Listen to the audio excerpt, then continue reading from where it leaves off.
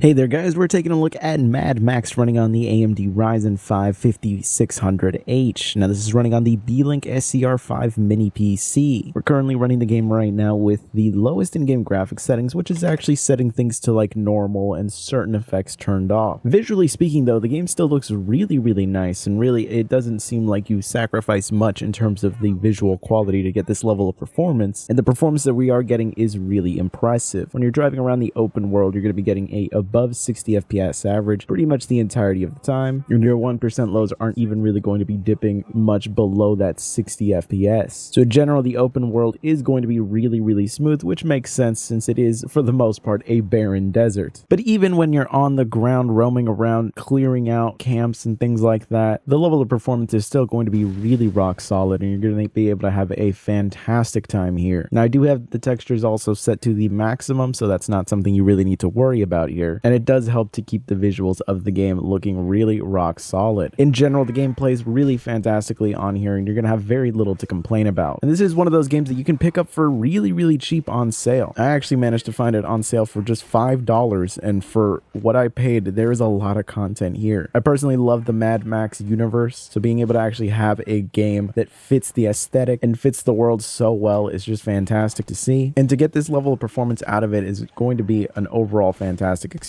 If you're someone that has been a fan of the Batman Arkham games, then the combat should feel familiar to you. I'm not going to sit here and lie to you and say that it feels as good as those, but it's still decent enough. And again, if you're someone that's a fan of the Mad Max universe, you're going to have a lot here to enjoy. We are getting essentially a console-like experience here in the sense that we don't have the best visual qualities that the game itself will support, but it still looks decent enough, and the level of performance that we're getting is going to be more than enough for pretty much anyone. Overall, this is an absolute winner, and I think that this mini PC really flexes its power on older titles like this that still hold up decently in terms of visuals and gameplay that you might just not have been able to get around to playing when they first came out. A good game is essentially going to be good for years down the road and practically forever, so a mini PC like this will actually let you go through and actually play through older titles that you maybe never thought of actually playing. That's probably been one of my favorite things to do with these systems. Try out games that I kind of just have owned for a long time but never really sat down and played. And there's been a lot of times where I've found games that I've owned for years that I never really sat down and put the time into playing, and I do it on these systems and I have a fantastic time. And in general, the game does get my recommendation. So if you're interested in picking up this mini PC, you can check out the Amazon affiliate links down below that will help support the channel. Alternatively, you can also become a channel member for as little as $1 a month. That will help support the channel directly, which is greatly appreciated as it lets me get more games and more systems to test out. So I appreciate you watching, and I will catch you in the next one.